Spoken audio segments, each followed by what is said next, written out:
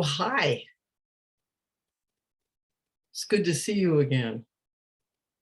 Um, I would like to start by asking you what, if anything, you noticed about listening since last we met.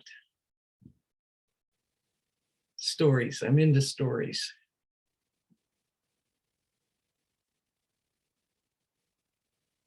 I'm happy to share, Mavis, if that's okay. Great. Wendy here. I actually asked someone at work if I could listen to them. And we spent about 40 minutes. And I planned it because it was awkward at work. So and we ended up doing it over a Zoom. He said, no, over a Google Meet anyway. And so I planned it, and it was 2 days later, and I had a bit of busy thinking about, this is going to go on, which, I settled that. But what I noticed about the meeting, and I just explained to the person, this is for me to learn here. I didn't want them to feel, I said, just a relaxed bit of listening. And I'd say in the first 20 minutes of that 40 minutes, it was just, he was just chatting. A couple of times said, I don't know what to talk about. So I thought about I said, tell me about your favorite book. I used that one. But then I would say he relaxed because he started to speak about something that was important to him. And I saw that.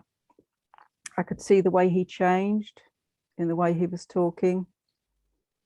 And he was talking about not getting enough praise. That was his thing. And I listened. And I mean, I don't know everything that I did in that conversation, but I did end up getting into, I listened, I did, I thought, is this a time to interrupt? No, just let it flow, let him talk more. There's more to come.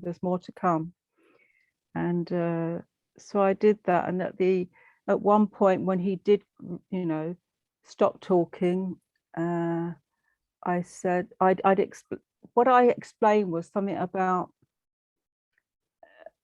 and it was better at the time, about how we make up a lot of thinking about things.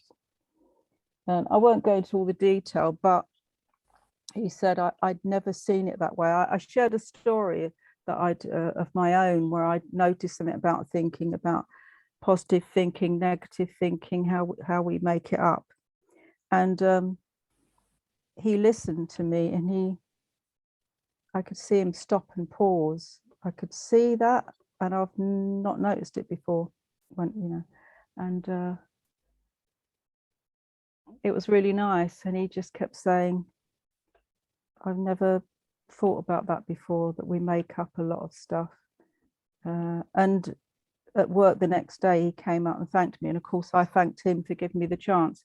So I'd say for a first session of listening, it wasn't bad. It sounds like it was a whole lot better than not bad. Yeah, it was good. It was good. And I thought I'd like to do this. You're frozen.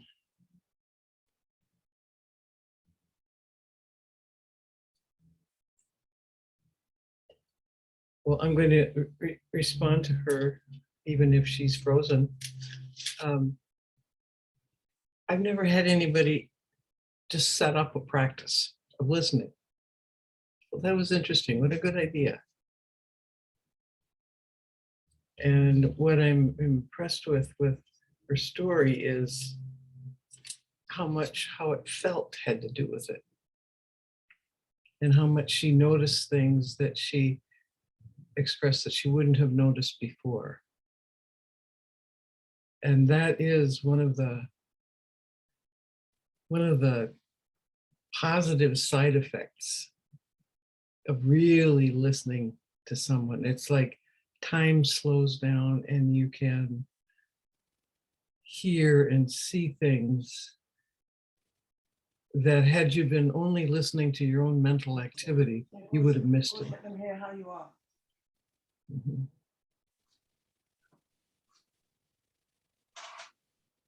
So I think we don't have her back yet, but anyway, sounds like a nice experience for both people. Anybody else?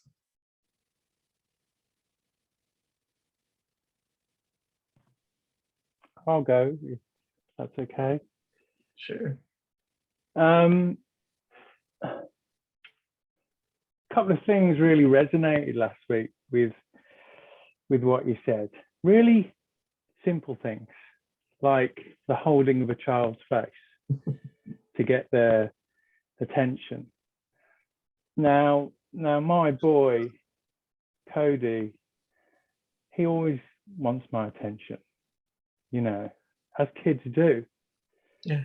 And sometimes I give it and sometimes I don't. But this week, and it's interesting what you said about people being interesting coming from us. That really spoke to me last week. Mm. Really heard that. So I've been really busy this week, and I was speaking to Cody, and I caught myself on a number of times having different conversations, trying to be somewhere else. I'm too busy. I've got to be doing this. I've got something to do. On numerous times I saw this, and it's habit. And it's subtle, and I really noticed it. And this week, our conversations have been really warm. We've taken time. There's no rush. Anything he wants to talk about, you know, and normally I wouldn't find it interesting because I've always got to be somewhere else. This week, we were talking about everything. And we weren't solving world peace or anything, but we were just having conversations that were important to him. And I was fascinated with them. It was really special. And I dropped him off for school today, which I don't normally do, because he normally gets the bus. And I said, do you want me to give you a lift so you can stay in bed a little bit longer? We did that, and he went to school. And when he got out, he gave me a massive hug, and he says, I love you, Dad. Oh. And he doesn't normally do that. And I just think we've just had such a connection this week because of that. Just catching that subtle habit has made the world of difference. So thank you. Last week was great, and it's really, wonderful. Oh, bravo. Oh my gosh. You just, you gave your child the best gift you could ever give him, which happens to be the best gift you could ever give yourself. Other than that, doesn't work at all. That was wonderful. Thank you for that. Isn't it interesting how we can observe ourselves having a habit?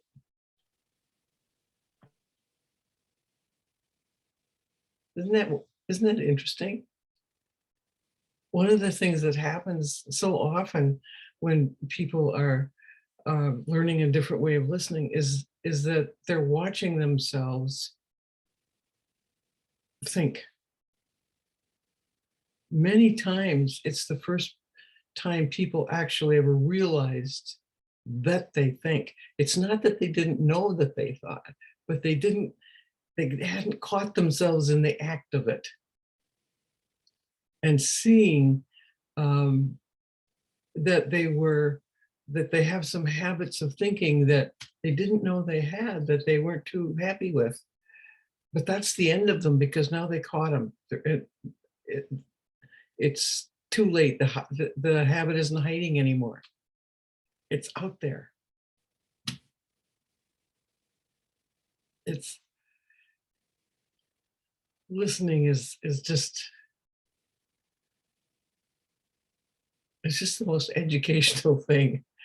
It's just you hear who you really are, and you hear your habits, and you get to choose all the time. You see that space between thoughts where you make a decision and you didn't even know that was there. But now you do. Now you do. And that's all the difference in the world.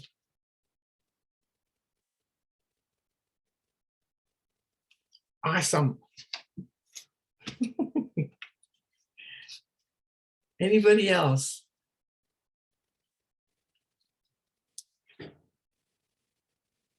Yes. Yeah, I didn't think that I was going to have that much opportunity for listening, but as it turns out, there's loads of opportunities, isn't there, when you're looking for it. Who knew? Yeah. And what I noticed particularly was on Zoom, when I'm listening, I drift off really often, because you can sort of do things without people necessarily knowing you're doing them if you've got your camera off or whatever, and how that was happening a lot, and also how I was preparing my answer a lot. Yeah. So yeah, I was spotting that when I suddenly, oh, this is an opportunity to practice, and so yeah, that was good. You get to watch yourself do that and decide if you're going to keep that or not. It's like cleaning the attic. Yes. Get rid of a lot of stuff you didn't need. Sweet. Who's next? Yes.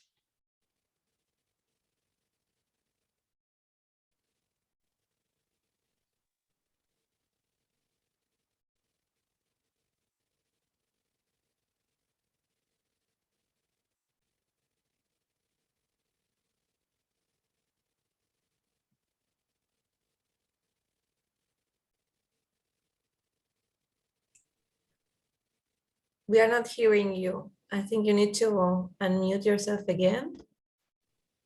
Right? Everybody's okay. Is that better as well? Can you hear me? Yeah. Yes, now we hear you. Yeah. Hi, Mavis. Hi. Yeah, I had an interesting opportunity arose on Sunday morning to practice listening. So I had a call first thing in the morning from a good friend to let me know that another good friend had passed away the day before, which was a bit of a shock. And I obviously felt sad, but I felt also the need to go to church, which isn't something I do all the time, but every now and again I do. So I went to church, and I was very aware that I just wasn't listening. I was doing everything in my power to listen, but obviously I was in my head. I had a lot of thoughts going on. There were times where I did clear a bit of space and I did listen, but I didn't really feel that I'd listened very well within church. But the nice thing was that I'd already organised to go for a walk after church. And I went on a long walk with a friend, and it was about an hour and a half. And I in my mind, I just thought, I really didn't want to talk. I didn't want to share what happened, but I really just wanted to listen. And so I listened to him, to Alex, and it was amazing, because obviously I was totally out of my own head, out of my own thoughts. I totally let go of everything that I'd been thinking previously. I totally focused on him. We had a beautiful conversation, really felt connected. And it was just lovely. And ultimately, I guess, for me, a couple of things that came up. it can be difficult at times to really deep listen. I felt certainly when, when I had a lot going on in my head, when I was in a low mood, when I had all those thoughts, and I was, trying to process what happened. But on the other side of the coin, when I did let go, it was just so refreshing. It really was. For an hour and a half, I let go of everything. I forgot everything, and it was beautiful, and nothing had changed. So I found it all very interesting. Oh, that's wonderful. Isn't it? You mentioned processing, which is doing something with your thinking. And isn't it interesting that you didn't reach where you wanted to be until you quit processing? And that's where all the understanding is.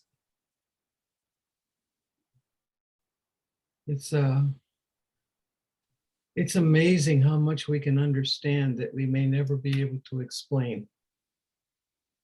But understanding it is way more important than explaining it.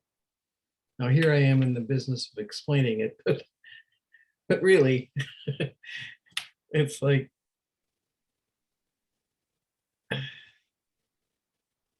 when I first understood about the role that thinking plays, I was so intent on being able to explain the whole thing. And every time I tried to explain it, I got lost. It's like,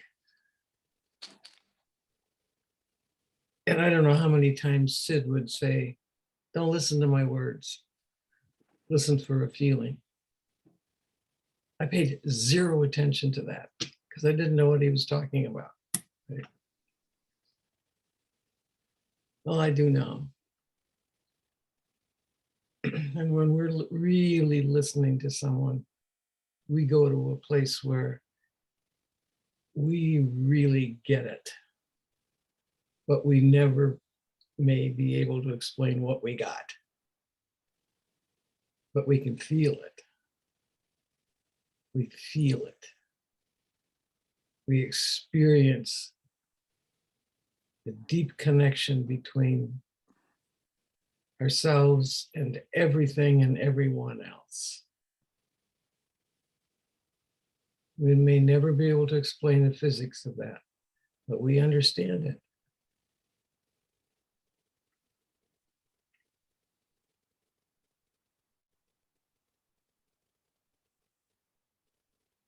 Thank you for that story.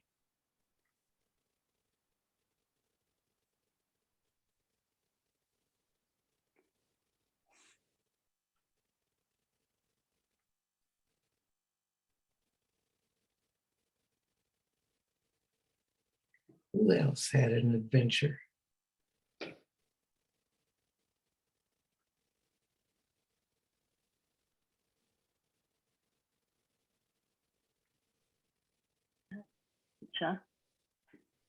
Yes. I would say I'm in the business of listening, like it's my job. So I was really interested to see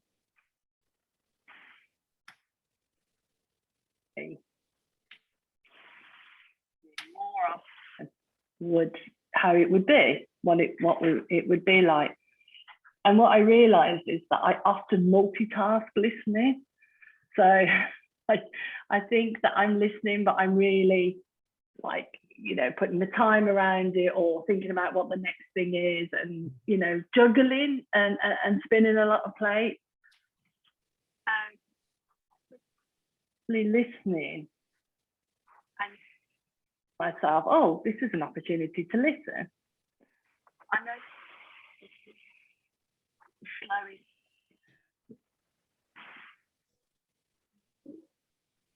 We keep missing some of your words. The AirPods, no.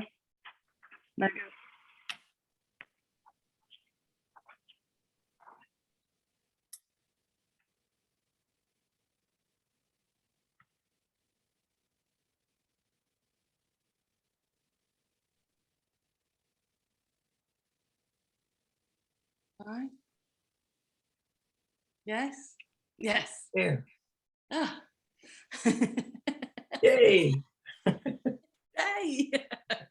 Maybe that was a sign. Yes, so what I was saying is that I think it's my business to listen. So I think that I listen a lot. So I was intrigued to see what it would be like to listen more consciously. And I realized that I multitask listening. I juggle other things while I'm apportioning one side. Well, I'm listening, but really I'm sort of half a foot out the door or thinking about something else or whatever. And we've had a very chaotic week with a lot of stuff going on. And yet, by consciously listening at every opportunity when I remembered, I felt a slowing down, and somehow the moments when I would normally be thinking, okay, well, I'll stand and listen to you, but I've got to rush off in a minute. Somehow that time expanded, and I feel really emotional when I think about it. It felt really like I've got all the time in the world to listen right now. And then the other thing that I noticed just now when I came on and I was listening to everyone on here, how in love I feel with everybody, and like awestruck. So yeah, it's been a really, really interesting week. Really interesting. Keep it, I don't do it all the time, but it kept occurring to me. Oh, I could just listen now. Yeah. It's very, very special. Isn't it wonderful? Yeah. Yeah. And you will rarely go back to the old way, because it will feel so loud, and it will feel you will be repelled by it. You will lose interest in that, because it's so nourishing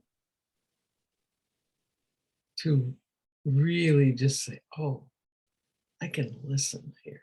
I'm going to listen. And I loved what you said about time. It's like all of a sudden you have more time. Yeah. How does that work? Yeah. Oh, bravo. I used to multitask all the time too. And I can't believe I thought I was actually listening when I was doing that. I don't know what I was thinking, but glad I gave it up. It never worked. And little kids could detect that. That's when they hold on to your face. They wait for you to show up. Who else? Yeah. Hi, Mavis. Hi, everybody. Hi. Yeah, for me, it was a struggle remembering. So the times I sort of remembered, oh yeah, I'm meant to be deep listening. A lot of the times I was by myself, and I started to listen to myself, sort of thing. And I when it sort of resets it, and you think, how the hell am I thinking all the way up there? When you just listen to what's real, or what's just being present. And it's like a situation where it resets, and it's like, I feel, how did my thinking get to there? But where I am now just makes so much sense. Just by, and then from that space, I can think or go in that direction where I was in, but it doesn't go in the direction where I was just at when I checked myself. And it wasn't even like my head was busy. When I remember one time I was walking up the stairs and I was like, oh yeah, I'm meant to be deep listening. And then whatever space I was in then, I started to listen from that space, if that even makes sense. Isn't that great? Yeah. It's like you've been living in this tiny little house and one day you discover there's this great big room that you didn't even know about. Move in. Isn't that great? It was only when it's funny, it's only when you remember that, oh yeah, I'm deep listening. Oh, let me tune into that space. Yeah. And then like you said, you just discover a room. And it's like, yeah, I like that. It's, I wanted to, I want to tell you something about that, it's too late now. You will never forget it for long. It's too late. You will just remember it more and more and more and more. That's the thing about an insight. You can't unhave it.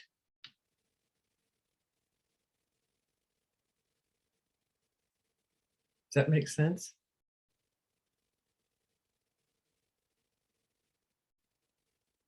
So you don't have to try and remember. You just will.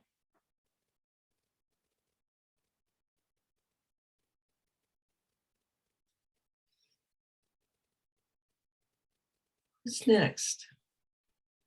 Me. Me. I want to share an experience I had this week. I have a client and she was pregnant, and by the day that she was supposed to have her baby died. So I'm having conversations with her.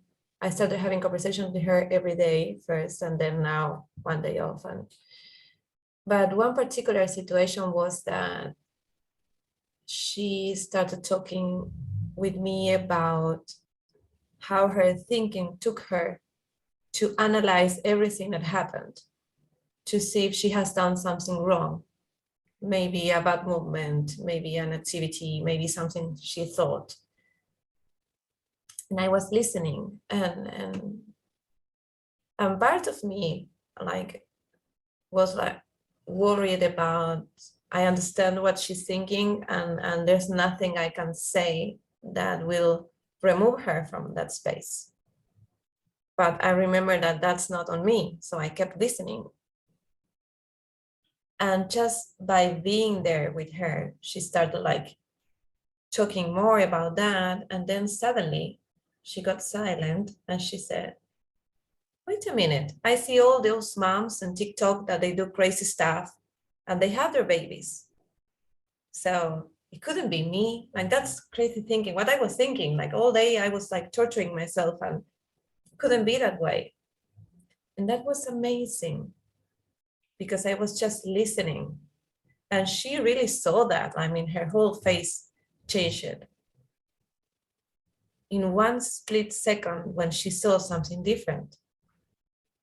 And I just was there listening. So I know that it works, but every time that happens, it's so wonderful to be helpful in that way, that we only need to listen. And that's amazing. So that really touched me. The way she could, I think she could hear herself better, just in the container. She was thinking that, she was talking about that, it's amazing. I know it's not magic, but it still looks like magic. Yeah. For those of us who are in the business of teaching or trying to help people see more of who they are, and the more you listen, the better you get at listening, the more you'll hear people solve their own problems. And a lot of times it's like you want to say something, but I'll just listen a little more. And then you hear them solve it. And it's exactly what you were going to talk to them about if you ever got a chance. But the listening brings out their best.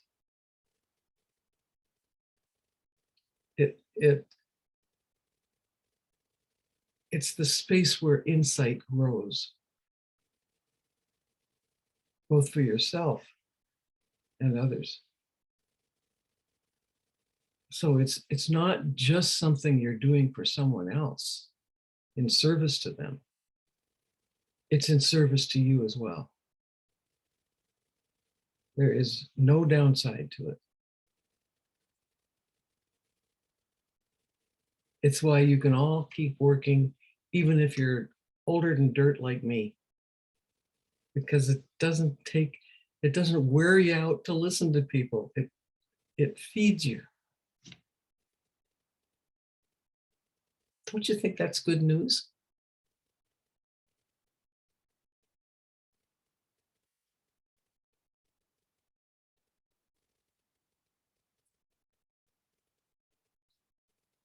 Who else?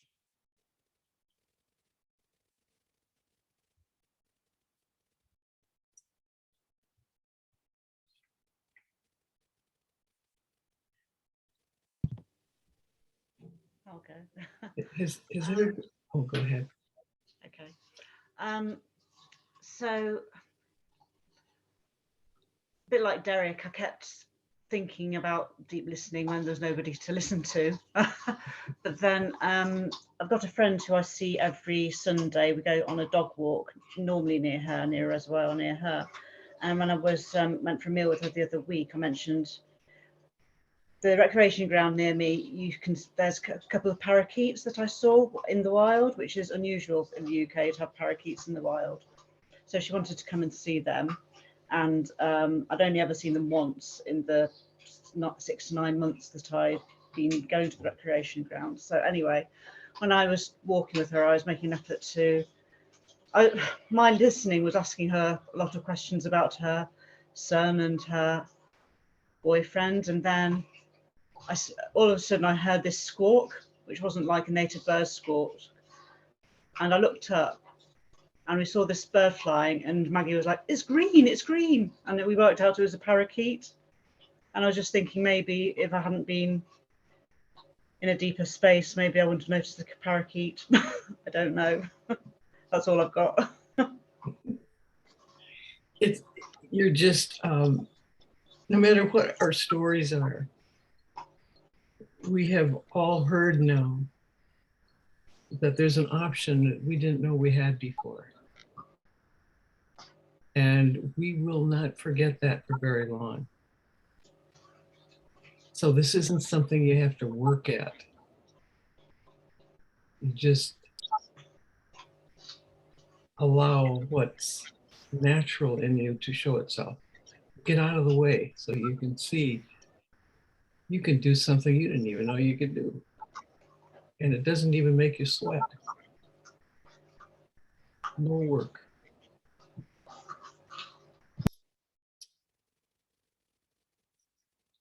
Anybody else want to chat? Yeah. Yeah, I just wanted to apologise again for not being here last week, Mavis. Ironically, I went to site. I've got an IT company, so I had to go and deliver a PC to an old gentleman, which should have took half an hour. I was there 5.5 hours because we literally just got talking, and I just listened to his life story, and it was absolutely amazing. So I've actually spoke to him every day since as well. Wow. We had such a connection and such a lovely gentleman that I couldn't pull myself away, so I got home late. That's the best excuse for not showing up I ever heard. It was lovely, and the feeling, what you were saying and what Sid was talking about. Yeah, wow, that feeling, that connection. Yeah. It was something else. So yeah, that was it. Wow. Well, that's too bad you missed. You didn't have any fun, did you? Yeah.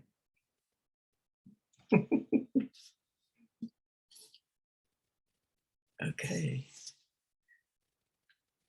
Is everybody that wants to talk? Well, go ahead. Yeah, so what I noticed is like when I'm almost like not concentrating on listening, but when I know it's my role to listen, like if I've got a Zoom call with a client for an hour, I find it quite easy to just drop into that space. And I always notice if I go into it, if I have a busy mind before, my mind just settles and it's much quieter afterwards. So it's just like great. Mm-hmm. But where I don't always listen so well is in everyday life with my kids, my partner, friends, and I just find with my kids, it would be, you know, I've got my opinions of maybe what they should do, or they can feel it. My son even said to me the other week, oh, what do you think about me going back to Australia? He's been stuck in England all through the lockdown. He can't get back into Australia. And then he said, oh, no, I know what you think. It's like he didn't even want to go there with me, because obviously he's tried to discuss it with me before. But even without me saying it, he can sort of sense that I've got an opinion on it and I wouldn't really just listen to him about it. So he didn't want to go there. But what I noticed this week was a couple of people who, well, it was a hairdresser that I've seen for years, every few months, and normally says not much at all, or we just superficially, you know, how's his family, or what holiday had he been on, or whatever. And he just really opened up and started talking to me about something going on in his family at the moment.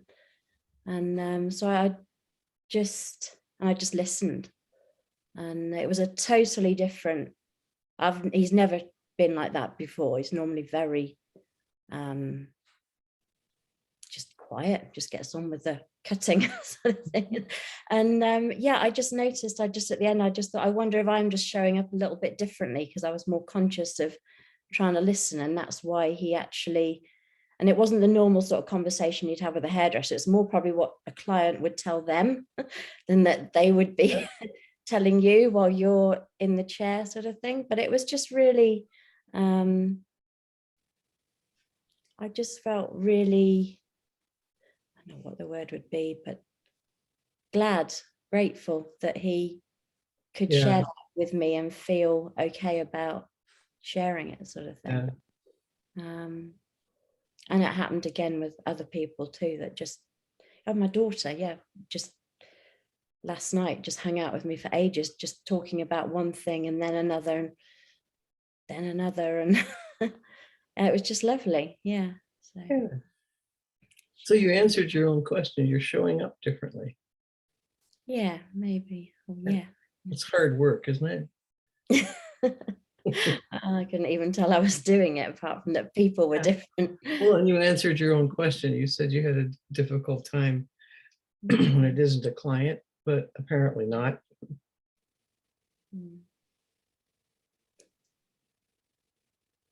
Bravo for not doing anything.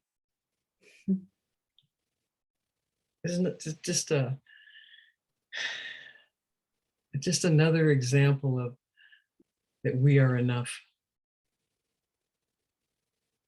We are enough. There's not anything that's going to come up in our lives that we aren't enough for. And that's true whether we believe it or not. Sweet.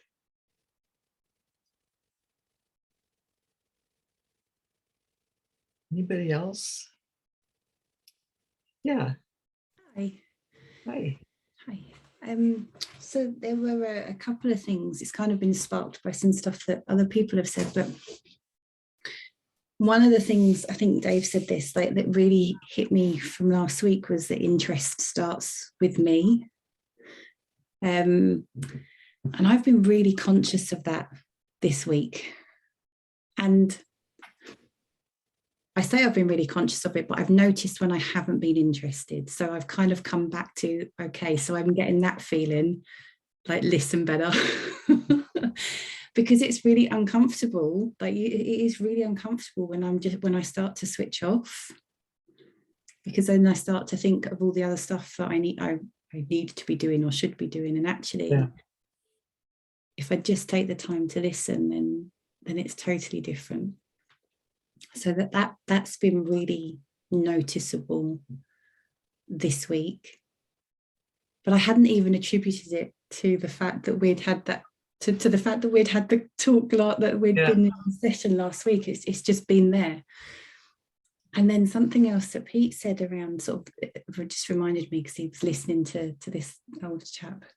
My nan's got Alzheimer's, and she really struggles with her words. And I noticed that a lot of the time when people are around her, they'll either try and finish their sentence, or maybe they'll start talking about something else and then she can't keep up. And I've always been really conscious of this, but I've never put it down to listening. But I sit and I really listen to her. And she's able to articulate herself much better because she has the space to be able to think of what she needs to say. That's exactly right. Isn't that amazing? Yeah, I had never seen that it was giving her that space through listening. Oh, I'm so glad you discovered that. That is, I have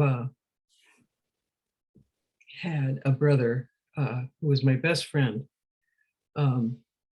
most of my life, and he's been gone now about 12 years, but he was a big, strong, he was a PhD psychologist, and he was just really smart, and he was tall and strong and happy guy, and he got Lewy body disease, which is a cousin of Parkinson's, and it comes with dementia. And he was about 68 when he was diagnosed, and they said he'd have about 10 years.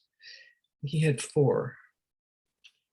And he lived out in Seattle, which is several thousand miles away from me, but I used to go out in his last years and just spend a week with him. And as he got into worse and worse, and he got into hospice, I went out there to spend a week with him, and I didn't know it was going to be the last time I saw him, but mostly what I did was I just listened to him. I just listened to him. And the last time I showed up, he was real agitated when I came, and because he'd been having trouble with his staff. He was under the illusion that he was running the place. He used to run clinics, and he was convinced he was running the place, and he wanted to chat with me a little about the staff. So I was listening to him, and if I didn't know that he was by this time a 72-year-old man with dementia, I would have thought he was running the place. But at one point, he stopped mid-sentence and he said, "Is this credible?" And I said, "Not so much." And he started to laugh. And then I started to laugh. I didn't even know what we were laughing at, but we were just, tears were running down our, and we finally kind of got ourselves together. And I said, "Jerry, who was it that asked that question?" And he said, "What question?" I said, "Who asked, is this credible?" And he said, well, I did." I said, "Isn't that interesting that you got curious about whether you were being credible or not? That you got a little suspicious of yourself?" And he didn't say anything right away, but he said, "Yeah, I could see that I really wasn't running this place." And we had our last conversation, which I didn't know was about how amazing it is that even with dementia, we can bear witness to it. We can watch ourselves have dementia and know that that's what it is and have a conversation about it. What is that? That's who we are. I will never forget that, ever.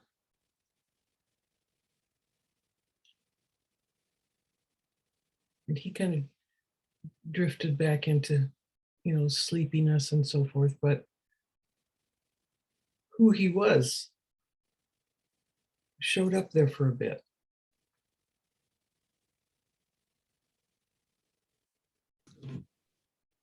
Thank you for sharing that. Pardon? I said thank you for sharing that. Oh, you're welcome. You're welcome. I see it with my nan too. So it's yeah. You just It's give her especially- space and you can hear her. Isn't that amazing? Yeah. What a gracious thing to do. Yeah.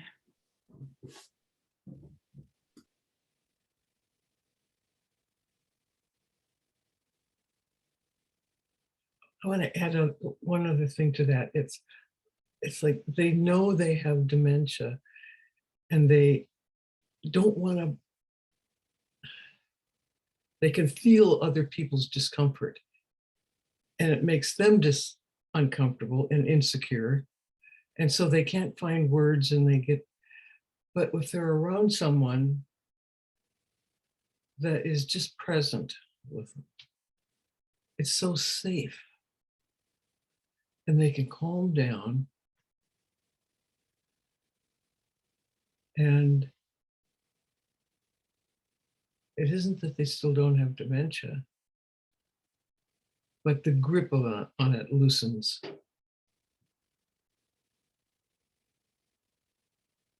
I'm so glad you did that. You do that for her. That's, oh.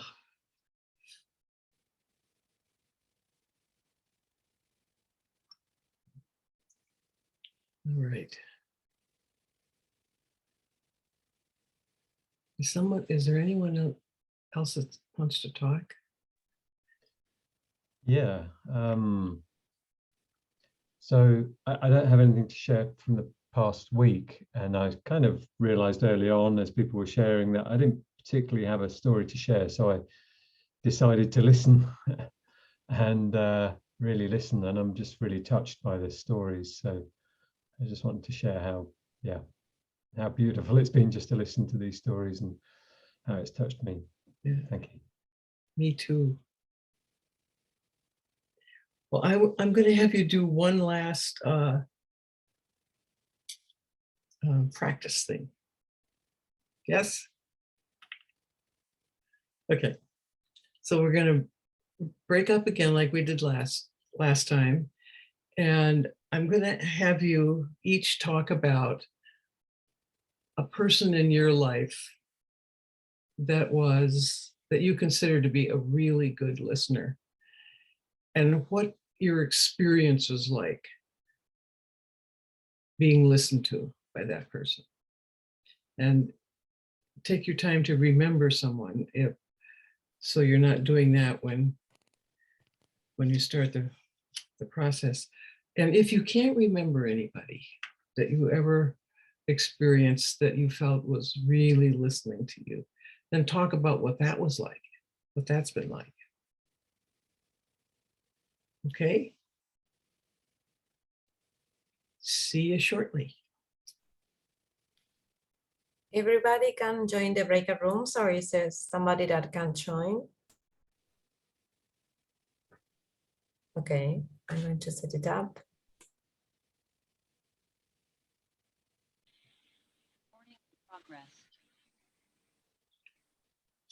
Okay. So this is my question. What does it feel like to be listened to by someone that you think is a good listener? Just 1 or 2 word descriptions of what does it feel like? Anybody can go ahead. Comforting. Comforting.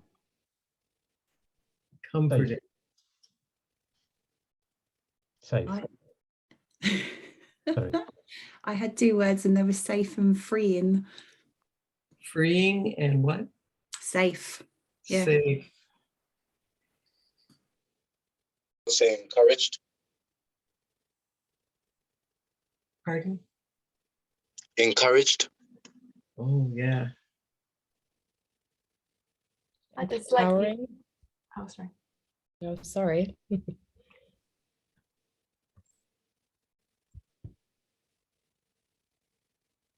Sorry, I just said empowering is what comes to me. Yeah, Tolerated, did you say? I'll say validated. Oh, yeah. I think Seen. Say again. Isn't this funny? Only one person can talk at the time. Seen. Serene. No, seen, Mavis. Oh, Seen. seen. Seen, that's even better.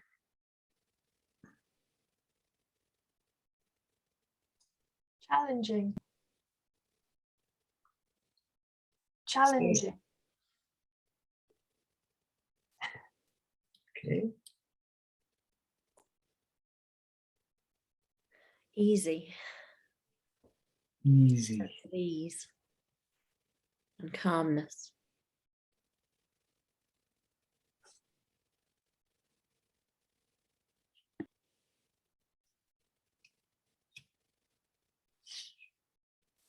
Gentle.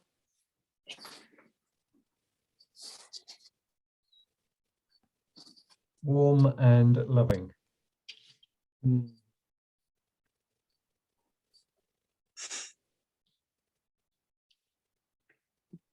Reassured.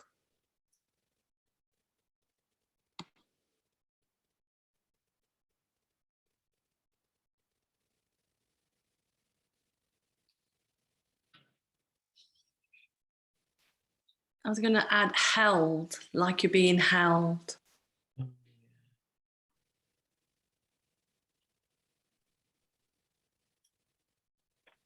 Accepting. Connection.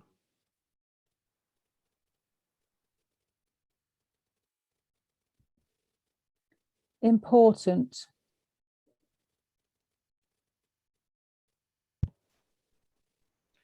Understood. Say again. Understood. Understood.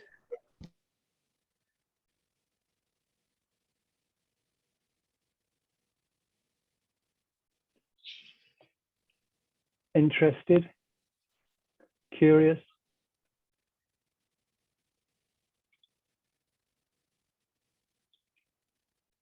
I don't know if it's been said, but big one for me would be grateful. Oh, yeah. I was going to say free as well. I'm not sure if that's been said as well, but free is a Yeah. sense of freeness.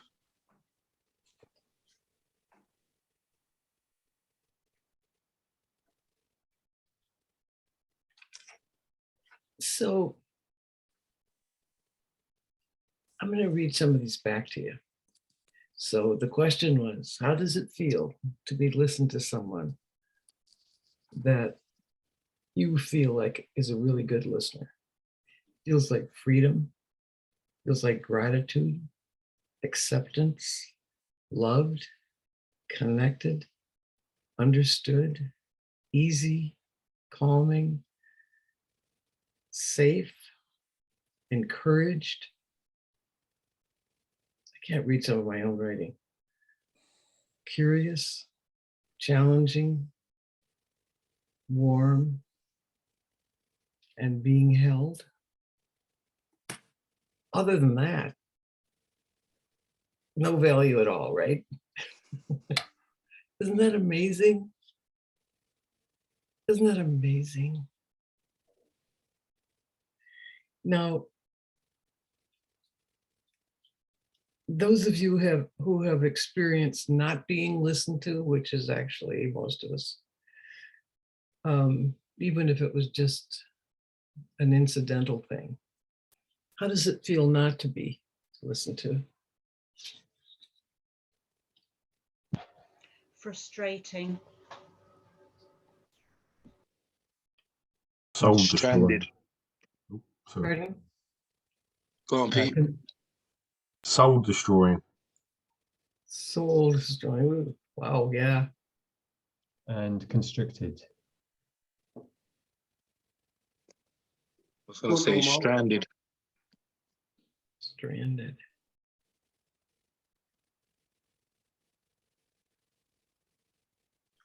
Unimportant. Oh my God, that's what I was gonna say, you know. And I waited for you to go and you said we had the same word. Wow. Wow.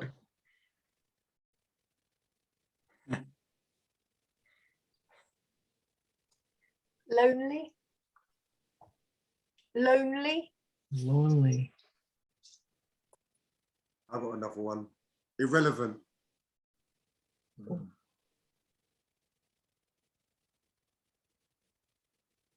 Rebellious. What? Rebellious. Rebellious.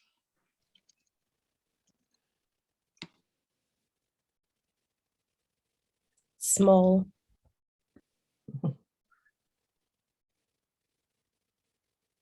Worthless.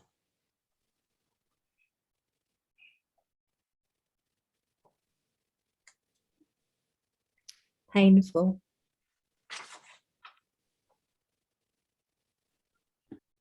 Disconnected.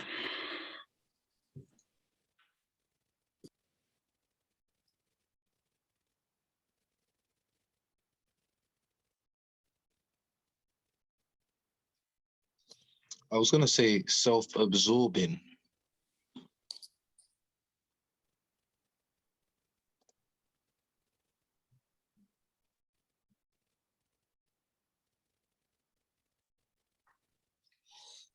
Okay. So not being listened to feels frustrating, soul destroying, constricted, stranded, unimportant, lonely, irrelevant, rebellious, small, worthless, painful, disconnected, and self-absorbing, not to mention respected. So there's a list. What it feels like to be listened to, what it feels like not to be listened to.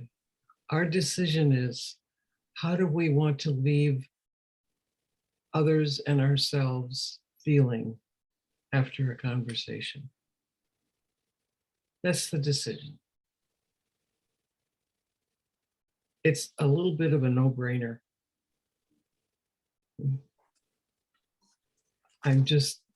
We do this so that we can see the value of listening and what happens when we don't. The harm we do to ourselves and others when we don't. It's such a simple thing, huh? It's so simple.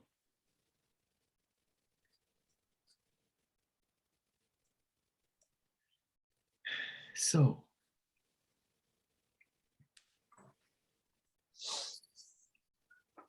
I wanted to add some things, the conversations that we had here when you broke out into rooms and you had conversations. They're not ordinarily like your usual conversations where you talk back and forth. But we did it for the reasons I said, so that you could notice your own listening. But it doesn't mean that you don't ask questions.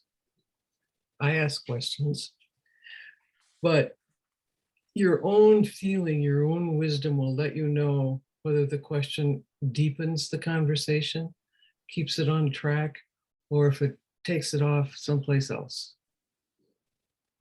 It doesn't mean that you don't share your own experience, but you weigh it the same way. Is this deepening the understanding?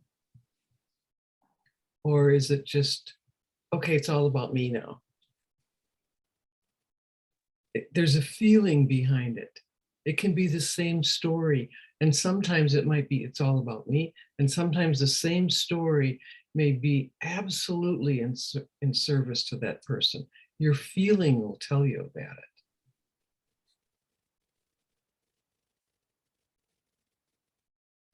Does that make sense?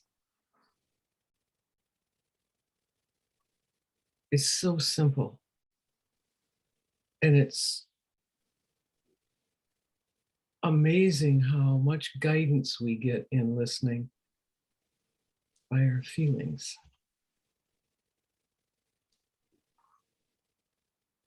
There are times, when I'm working with a client or a group or something, and I will get this thought in my head, tell them about da da da da. And I think, I can't tell them about that. That's not right. And so I won't. And then a little bit later, I'll get this, tell them about I said, no, that's not right. I can't tell them that. And maybe a little while later, it'll occur to me, oh my gosh, that is exactly what I need to say. I just had these thoughts about it. So I don't know where that comes from, other than the wisdom of the whole universe. I don't think there's some naggy little elf in my head kind of pointing me this way and that way. It feels like that way sometimes, but I'm pretty sure that's not true. But we're so guided. I can feel like you want to be curious. You want to know more about what you don't know than prove what you do know. So I think I've mentioned before that the questions that I asked are usually somewhere along the lines of, could you say more about that? Or could you tell me what you mean by that phrase? Or what do you make of that?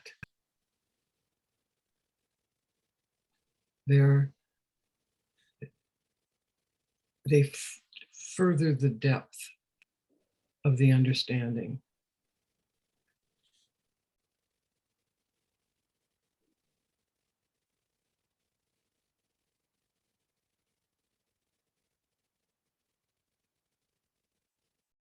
I want to leave a little bit of time here if there are any questions unanswered that you would like to toss into the soup here.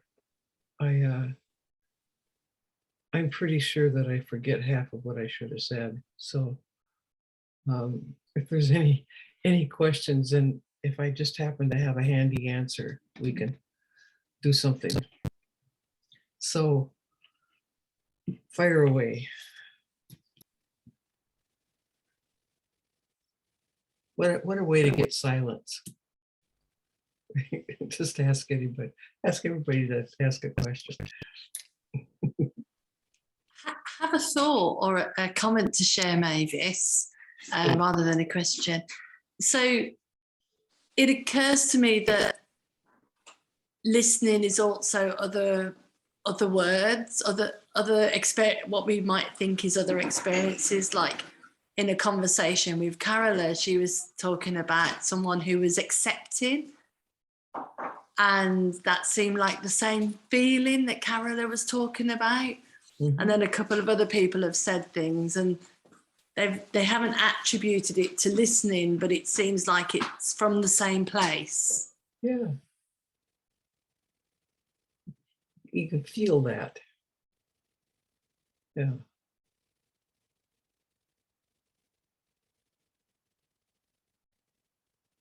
Like, my guess is, well, most of you can tell when someone isn't interested in what you have to say.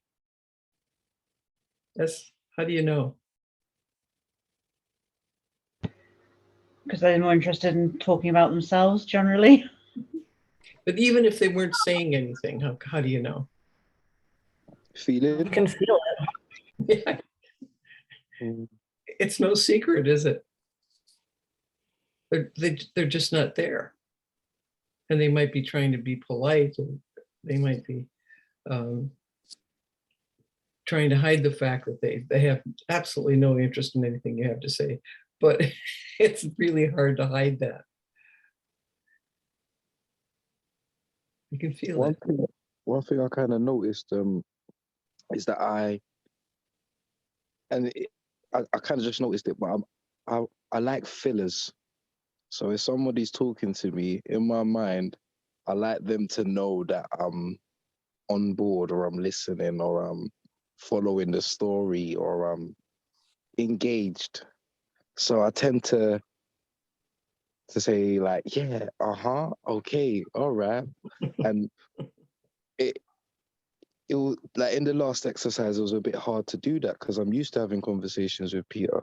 So not to have a laugh with him or just to sit in my head and just listen, I realized that little filler bit where it's like, I don't think it distracts me from the conversation, but I realized how it can distract me from the conversation because I was just in my head now, I'm struggling to get across to him that I'm listening because I'm used to doing that by body work and facial expressions and I didn't really notice it because it's not a problem to me, but I noticed how, yeah, those small things were just, it got to a point where like, I need to let him know that I'm actually engaged and I'm listening and I feel the story. But yeah, that was somewhere I got to in my head, just thinking. Good catch. It's like, how do you think a blind person would know that you were listening?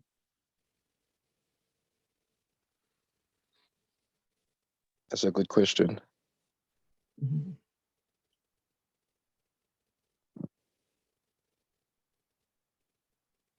They could feel it.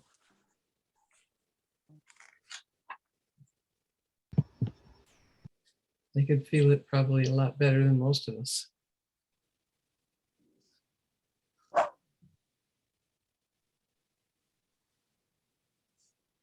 I had an experience. I had a lot of experiences. A few times I went to Africa to teach this to people in some of the townships there, and we did a workshop for a bunch of people in one of the townships, a bunch of young moms, and they brought their babies because there wasn't any other place to put their babies, and we had somebody there to help with the babies, but the babies were at first very, very noisy. They were fussing and crying and squirming and doing baby type things. And the woman and I that were doing the work were pretty calm people. And as we were talking to the moms, we were just talking the way we usually do, and we're being calm. And one by one, every one of the babies fell asleep. And the mothers wanted to know about that. They wanted to know, because they're the ones that pointed it out. I didn't notice. I noticed they went to sleep, and I just thought it was nap time or something. But they're the ones that saw that calm is catching. They saw it. And they saw that they had not known how to listen to their kids and that it required being calm. Now, these women lived in circumstances that I can't, I mean, I saw it, but I can't imagine living in it because they lived in shacks made of plastic and scrap wood and stuff, and they had to spend their days trying to find food.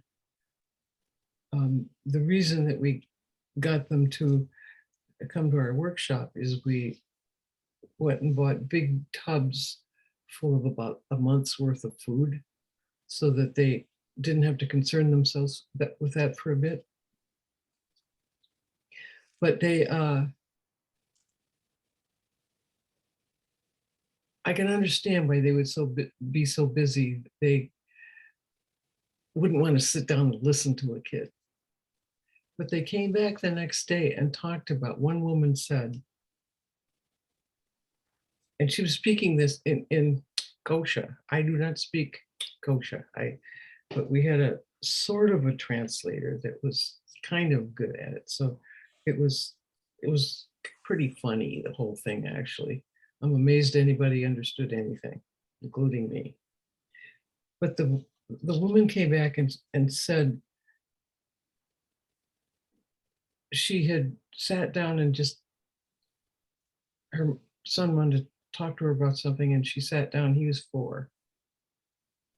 And she said at the end, her son said, "Mama, you're listening to me." And she said, "I felt so ashamed of all the times I didn't know how to listen." But the other women said, "But you do now, you do." It was the sweetest thing.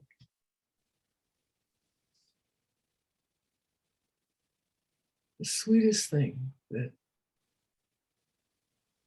this is universal. The only reason, honestly, that I was able to understand anything any of them were saying is that I wasn't trying to. I was just listening. And I can guarantee you that even when somebody isn't speaking your language, you can get the gist of it if you just listen, because you can feel it.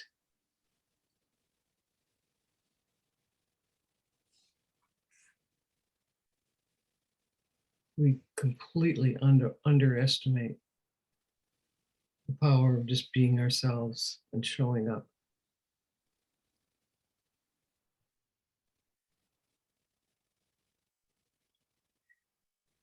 I'm going to keep you too long here if I don't. Is there anybody that has any other question or comment?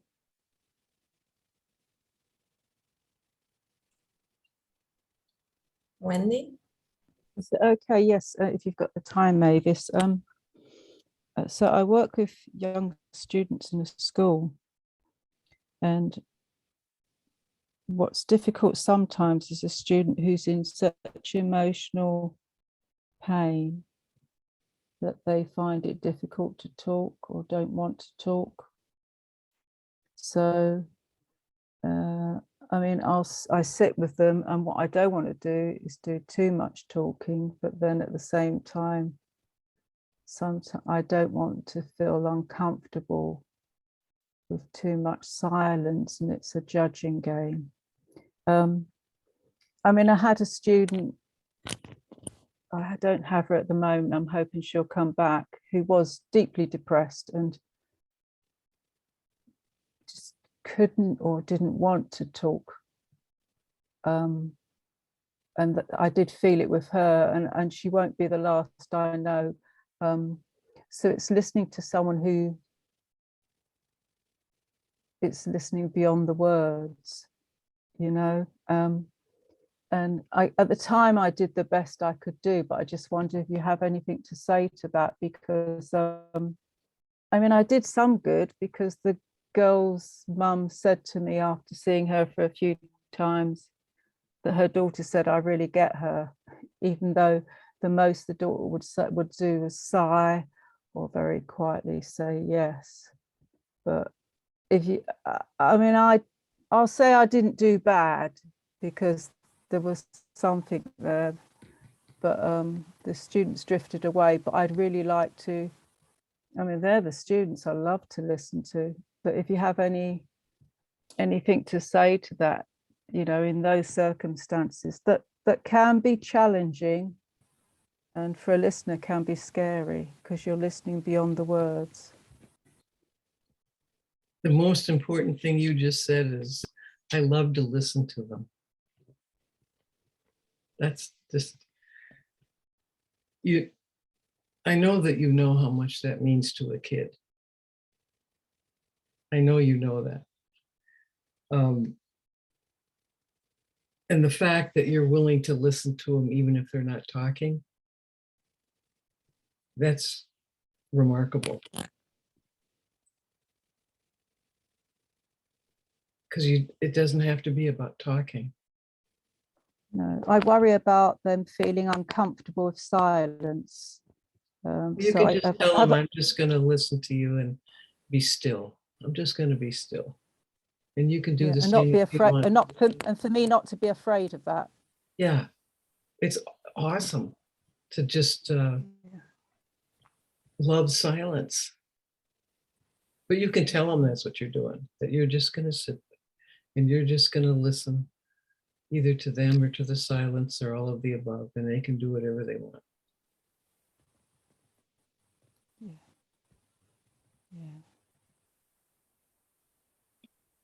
Trust.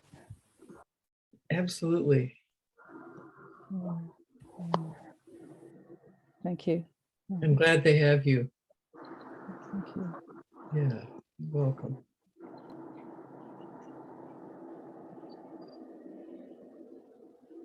Anybody else?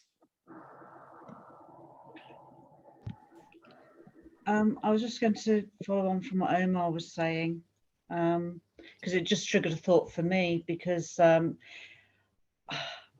I was in the corporate world, I had a couple of experiences. I used to, and I still do to a certain extent, to show I'm listening, I'd say yeah a lot and a lot.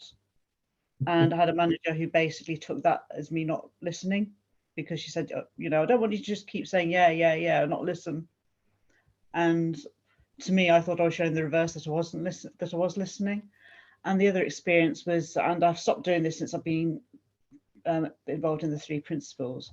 I used to take notes all the time at meetings, and I had a manager sort of say, I want you to stop taking notes and listen. And I was thinking, I thought I was listening. That's how I'm listening, by taking notes. So I think I had a total misunderstanding of what listening actually was. I think I felt I had to prove that I was listening by making the right noises and by taking lots of notes. To me, I thought that was me listening. Yeah. But it's the reverse. That's great that you saw that. That's great. Good catch.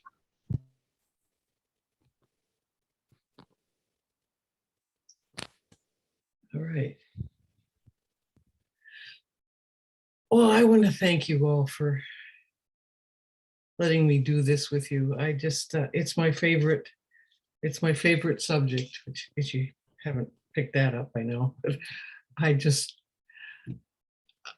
have visions of, I think I mentioned this before, a positive pandemic of listening.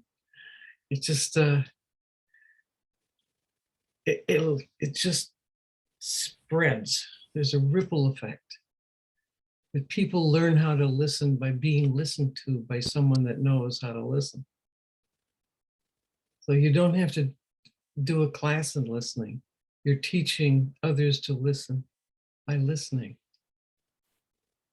It's the feeling that teaches. You won't have anymore a lot of kids running up and trying to grab your face to get you to show up. They'll know you're there. They'll feel it. So thank you very much. Thank you, Mavis. And I just want to say as well that all of the people on this call are all involved with working with vulnerable people and people in prison and you know, we're all part of a team. And so the ripple effect of what the gift you've given us to be together and have this time together to deepen our listening, the ripple effect is enormous. So big, big, big thank you to you with all my heart and all our hearts. So You're so welcome. I'm happy for that.